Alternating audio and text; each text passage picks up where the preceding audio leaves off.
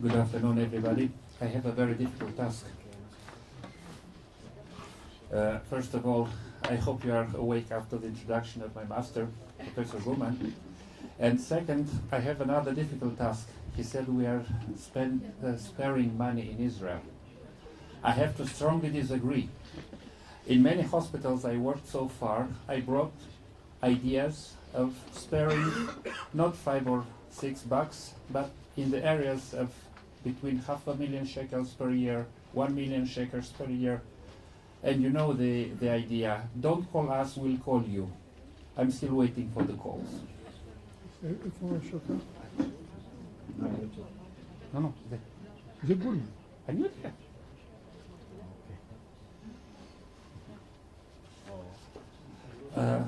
אפשר קצת להוריד את האורות?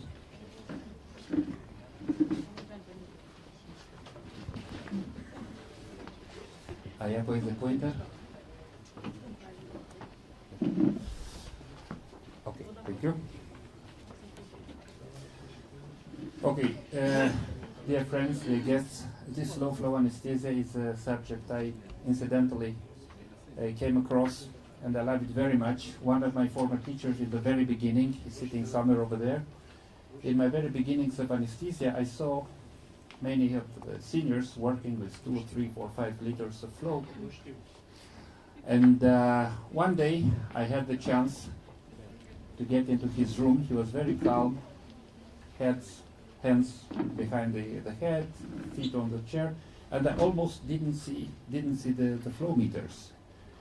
It was a confusion. I said, what happened? What? He turned his back to the flow meters and showed me the monitor. He said, what is this? ACG, okay. Does it seem okay? Yes. This, and I will see all the other parameters. Everything is okay. So, what do you care about the flow meters? Well, later on I understood all the rest of the things. I'm still learning on it. And now I'm bringing you something that it's a little bit challenging. Low flow anesthesia. It's something very nice, but somehow difficult to accept for things we'll see immediately. No, זה רק הפוינטר. Okay. I'm very sorry to announce you that I have no financial support so far, though I would have wished. And you'll see the names of different anesthesia equipment and companies. I have nothing to do with that except for my sheer enthusiasm. Okay, for our guests from abroad, I was not sure which one comes from what town, so I brought pictures as far as I could from the capitals of their own countries. I wish I knew how to say it also in Turkish, but it's difficult to pronounce. Okay, in Romanian, I know. Okay, very short. All this story started in 1850, when this gentleman called John Snow realized that by stopping or refraining the gases getting out from the patient, you can keep the patient asleep with much less than having a high flow. It's exactly like having a sparkling bottle of soda or whatever with the cap tight. You keep the gas in. The moment you open it, it gets out. The history, of course, went on and on and on. And a few years ago, I had the opportunity and the honor of talking with Professor Lipacek, the founder of the Romanian anesthesia. And he told me that he was one of the first anesthesiologists to work over there with cyclopropane. A wonderful anesthetic, but with only one major drawback: extremely flammable and explosive. And later on, with all the things that you see there, carbon dioxide absorbers, and the concern about the environment, this technique of low flow anesthesia started coming back again. If you don't see something, just tell me move aside. Okay. I want to show, I hope my film will move. Many low flow anesthesia, it's something like sort of space medicine, space flight. Everything is perfect provided you have the good machines or the good monitors you are using. This is a film I did in one of our ORs. you see here the base, and you see here the gases. I use a special formula that I developed. I couldn't publish it because nobody wants to deal with it. And look what happens. This is a MAC. This is a patient awake. Look here at the MAC, how it goes. I started giving a few things. IV, you see already the MAC is gently going down. The BIS, yes. Okay. This is the BIS going down, of course, some midazolam, fentanyl, propofol, whatever. Somewhere around the road, I open the vaporizer, the sevoflurane vaporizer till the end. It's called overpressure. And see what happens. Because I don't use nitrous oxide, I have to keep the end idle of the gas between 1.2 and 1.3 Mach. And you'll see how deep it goes, how the BGs, how deep is your lab? Yes, how deep is your BIS? Okay. You'll see in a moment this one going up.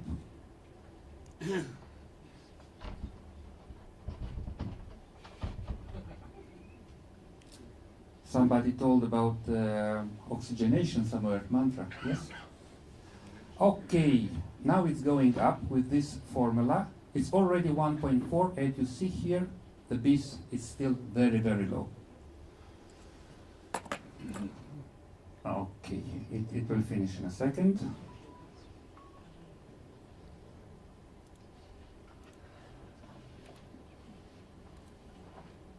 I don't know what happens here. Okay, now, in order to do low flow anesthesia, as I told you, you need very good machines to measure what you are doing. These are the first steps of the gas analyzers. Very cumbersome, very big. This is a model using some sort of a special rubber that exposed to halothane was modifying the elastic properties, moving a needle. And you see this bulky material. Sometimes in the very beginnings there was one gas analyzer for several operating rooms. They were taking it from one room to another, very cumbersome. Look what happens now. This is originally a Swedish company. Now it was bought by Massimo, phase in. The regular gas analyzers are taking between 150 to 200 mils per minute. This one takes 50. The dimension is roughly a little bit bigger than a matchbox. What a wonderful machine, is it? How much electronics are in here? Look at this machine as well. Gives us anything we need. Everything is electronics. Another principle, also technological development, this machine of the maquette. Instead of using the classical piston or bellows, it's using this device like a spiral. It's called a reflector. And because of the way it is built, it also helps you reduce all the flow that you are giving. Almost nothing goes out. More than that, you see this oh, sorry. I pressed on something wrong. Okay. Look, this vaporizer. It's not that typical copper kettle and with a derivation. It's something like many of in the modern engines, like an injecting pump. It has some special device inside, getting information from the expiratory limb, measuring how much gas you have in the circuit. It reads what the anesthetist has established in the parameters. And if you put your ear close to the vaporizer, you see like a tick, something like that going up and down, just injecting parts of anesthetic into the circuit. Okay. Another excellent machine. This one, Draeger. Some other specific vaporizer, that these are vaporizer series 2000, they have one more technological advancement. We were taught in our residency that we don't need to tilt the vaporizer so that the liquid inside doesn't tilt, doesn't do anything. This is no more of a problem with these things. These are still safe. And now, another technological advancement that can help us know exactly where we are. This is a predictive program. It's called Smart Pilot. It also belongs to Draeger. And depending on the parameters you set to the patient, it shows you where the patient will be in 10 or 15 minutes from the moment you start the measurement, to evaluate what level of anesthesia you will receive from the moment you are in 10 or 15 minutes. So you can tune your anesthesia to what you want. Another technological advancement. The algorithm is also for volatiles, also for IV drugs. It's very complex, but very useful. I have to get used to this. It's much more difficult than low flow anesthesia. Sorry. Okay. Look here. This is you see from here? Okay. This is the another screen. You have all the commands here, everything you need. And here, this little bar is called economizer.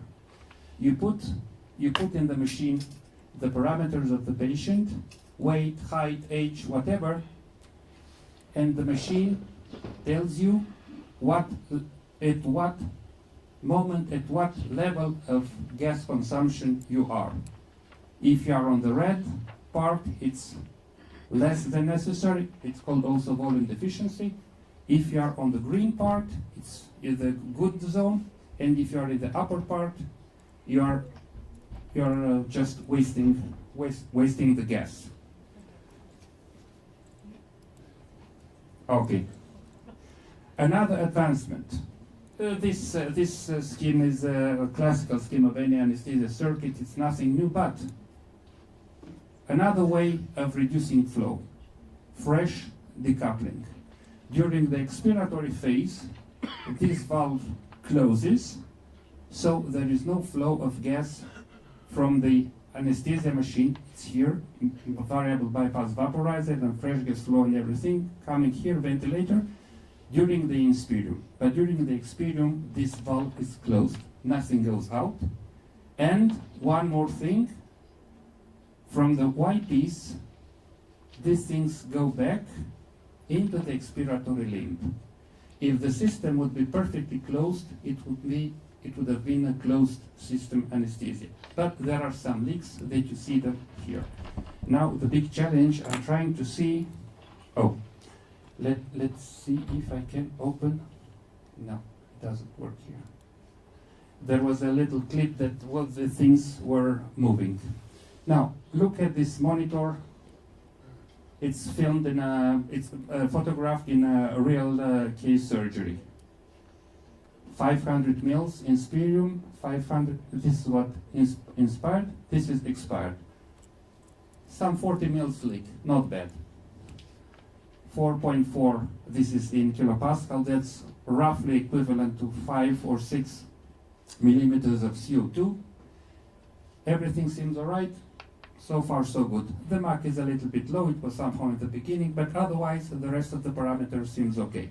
Okay? Okay. We'll see a little bit later on why I showed you this picture. Now, some of you may see these things for the first time. It's space medicine into the operating room, and the most guilty person for injecting me this microbe to go on and search for this is one of our colleagues, Leo Gendel from your hospital. A few years ago, he showed me a small piece of white paper, something that I didn't know what it was. He said, lithium hydroxide based CO2 absorber. I had no idea. I heard of soda lime, bara-lime, and all the rest that we know. Well, soon after, I went to the United States to the ASA Congress, and I had 2 or 3 days. I went to see the factory. This is a special CO2 absorber that takes between 4 to 5 times more CO2 on a weight per weight basis than the regular absorbers. and it has a lot of other qualities. I don't get to now. It's another presentation, but this is space medicine. They use this exact type of substance, not this time of cartridges, of course, into the space stations for very, very good years, for more than 40 years. They are only now getting into the operating room. I tried to put these things in some of the hospitals I moved in here and abroad, at least to try. Very difficult. I couldn't succeed so far. Okay, I hope at least that this film will work. I think this little clip that you'll see, it's in a few seconds, the whole low flow anesthesia in a few seconds. Let's suppose for a moment that it is a human body, and in the human body mainly the brain, because this is what we need to equilibrate with the gas. And let's suppose for a moment that the water that you'll see pouring in, it's the gas. Both of them are fluids, but one of them is gas, the other one is water.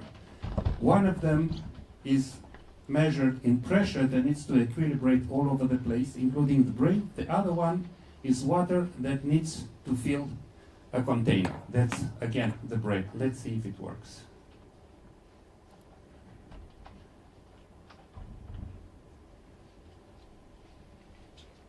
Okay, we have some fresh gas flow coming in. Okay. Okay, at this moment the brain is completely equilibrated. If we would use an ideal circuit without absolutely no leaks for the young residents, what should we do now with the vaporizer? Close it, because the brain is equilibrated, is full.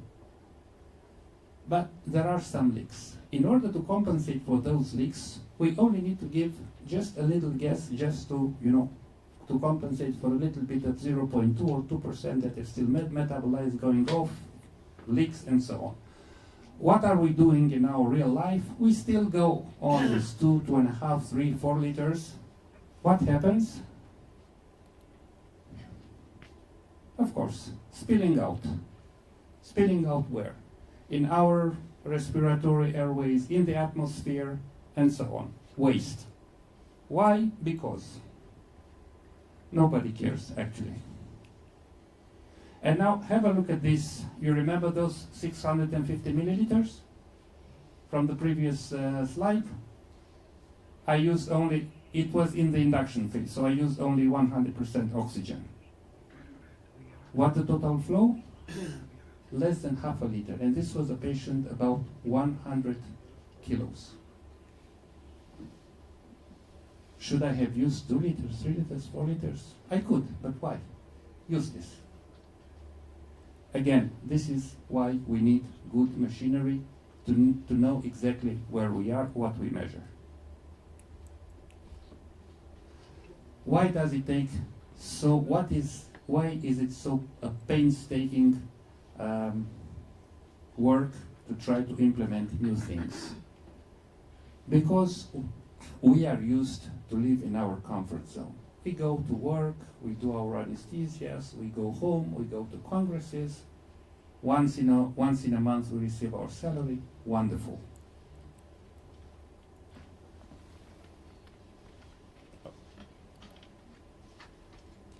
Whenever you try to implement something and somehow it's revolutionary, you just take people out of their comfort zone. And a few reactions I encountered in many places I tried to implement this low flow anesthesia and derivative things. First of all, I have enough of it. Don't bother me. I don't want to hear about it. This is the first reaction when colleagues of mine go to give me a coffee break and see if my flow meters. No. Okay, this is another reaction. I don't want to hear about it. It's dangerous. I say, why? I don't know. Okay, you're right. Okay, I think this slide needs no explanations because it's all over the world. And something I found somewhere, there is no sin punished more implacable by nature than the sin of resistance to change. If we do not adapt, if we do not accept new things, we are condemned to perish. It's like a soldier, just marching in place while the other ones are going on. Okay, we have to trust in what we are doing, because if you go out of your comfort zone to achieve something, somewhere, I don't know, a higher force, God or whatever, will support you in every way. The only problem is that we measure our life in human years and the universe in totally other years. I'm still waiting. Comfort zone. We can be very comfortable doing what we are doing. It's like a ship in a harbor. No waves, no storms, nothing. But ships are built for something else. We learned so hard in the medical school. We learned so hard during our residency. My two teachers know it very well. And I know painfully well. For what good? Not very long ago, I heard someone telling me, don't make waves. Come at work at 7:30, do the regular anesthesia like everyone else, at 3:30 go home. That's it. My brain and my soul needed a very big dose of antiemetics. It's obvious. If we do everything what we are doing, we receive every day the same result. It's good. Like someone mentioned here about pilots. Safety. James Reason has a lot of books about safety. It's called CRM. Either crisis resource management or crew resource management. The dynamics of what you're doing. Doing the same thing every day, it's a good thing. It's a good thing in aviation. It's a good thing in industry. It's a good thing in a lot of other things. Not in medicine. In medicine, we are having our reflexes. We need to do things, some of them robotically. But if we don't open our mind to see new horizons, we might have been probably in the same place like the first slide you saw, that caveman in front of a computer. So it depends on each and every one on what position they want to stay. Doing something new, being all the time there, doing something, improving, polishing the brain, polishing the ideas, trying to see something new, or it's so nice, this doctor is so comfortable, he didn't even see they took his patient out of the OR. I thought I was only one individual that is fighting with the system, this comfort zone. But that was a famous phrase President Obama told a few years ago, sometimes ago, not exactly about some bad things that happened in this area. You are not alone. I talked with colleagues of mine in many other parts of the world, and I understood that this resistance to change is something inborn. We bear it with us. It depends on each and every one of us if we want to stay at the level of the caveman, or we want someday go to Mars. They are trying. They are already doing the first experiments. Am terminat? Okay, thank you very much. Questions? Critics? First of all, critics. Liters, 6 liters, 1 liter, half a liter, metabolic flow. Yes. First of all, metabolic flow is a little bit problematic because metabolic flow uses only 100% oxygen. It's not very safe because we are built to live in 21% oxygen. And if you're also using a little bit higher pressure when you're ventilating, they say up to 8 hours nothing should happen. I worked with 100% oxygen. I lowered this. I did the calculation that have been done already. I can say between 80 to 90% of the volatiles. Another anesthesia machine I'm using, it is called the GISIS, has a special feature you go to the menu and fresh gas flow usage, and you start anesthesia, and in the end it shows you how many mils you use. For a 2 or 3 hours surgery, I think I used 9 mils of sevoflurane, while another colleague used some 10 or 15 or even more. In another hospital I used, private hospital, until I introduced them this idea, they used 1 bottle of sevoflurane per OR per room. Now they are using 1 bottle of sevoflurane per room per week. Am I allowed one more question? Yeah, sure. I'm a great enthusiast of low flow as well, but what do you think of other gases in the system like acetone and methane? There are indications and contraindications for this system. You have a diabetic patient. If you have a patient that's coming from a from a burning house, if you have a patient that has been brought from outside and you have no idea what happens to him, low flow anesthesia is not a wise idea. Otherwise, yes, you can use wherever you want. No, what I was referring to is some advocates of low flow who are warning people, particularly about methane. Methane is there in the gut all the time, isn't it? So if you use a low flow, ultra low flow, then I have been there. I'll tell you after that. in a couple of hours, Okay. it accumulates, and it is being used in an argument that this is why low flow anesthesia, in particular gases, cause nausea and vomiting. Not So necessarily. some advocates saying flash the circuit every 2-3 hours. Not necessarily. In 2008, I spent 1 year in Canada, and I was playing with this low flow, going down. All of a sudden, the gas analyzer showed halotane. I called the anesthesia assistant. Canada, 2008, halotane? Can't be. I called the anesthesia assistant, a very young and beautiful girl, and listen, what is halotane? I said, okay, please call your boss. I called her boss. He looked at halotane, big eyes. I said, oops, I remember halotane some 20 years ago. We never used it here. What happened?